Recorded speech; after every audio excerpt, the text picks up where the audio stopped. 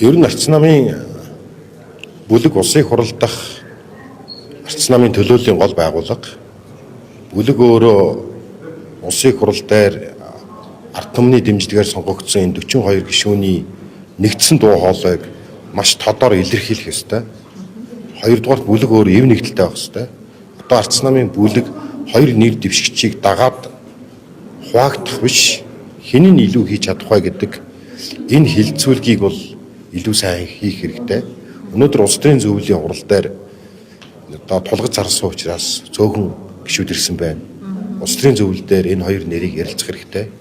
Хоёрдугаар бүлгийн гишүүдэд нэр дэвшигч хоёр мөрийн хөтөлбөрөөр танилцуулах хэрэгтэй. Зүгээр нэг копи ууж байгаа шийдээд хэн нэг дарга болгодог байж болохгүй л гэж байна. Таны хувьд ерөн нэр дэвшигчтэй алийг сонгож шалтгаан бас юу вэ? За дөнгөж сая бүлгийн хурлын дараа улсын хурлын гишүүн Ганбатаас би бас нэр дэвшиж болно гэдэг ийм мэдээлэл зарим нэг хэвлэл мэдээллийн хэрэгслүүдээр өгөөд цацагдаад эхэлчихлээ л дээ.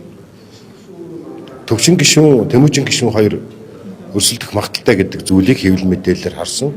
Сая үл нэр дэвшигч гарсан одоо яригдсангүй. Ер нь Тэмүүжин гишүүний тал одоо өнөөдөр санал хураалтаа шийдчихье гэсэн. Төвшин гишүүний зүгээс хойшлуулад ярилцаж энэ бүлгийн эв нэгдлийг харгалзъя гэсэн. Төвшин гишүүний саналыг дэмжиж 22 хүн саналаа өгсөн. Тэмүүжин гишүүнийг дэмжиж 18 хүн саналаа өгсөн. За би төвшин гишүүнтэй хамт нийслэлийн иргэдийн хуралд 8 жил байсан.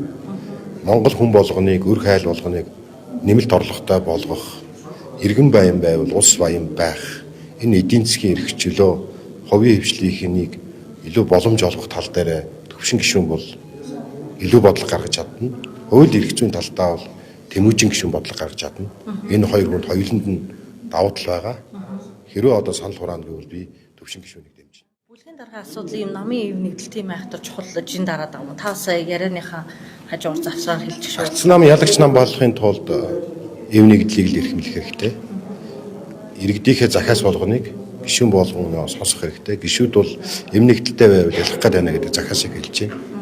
Тийм учраас бүлэг одоо хоёр хуваагдаал нэг нь даргуулж болно. Нөгөө гомдсон хэсэг нь яах вэ гэдэг асуулт үүснэ. Тэгэхээр ярилцах хэрэгтэй. Нэр дэвшиж байгаа хоёр ямар мөрийн хөтлөөр дэвшүүлэх гээд байгаа.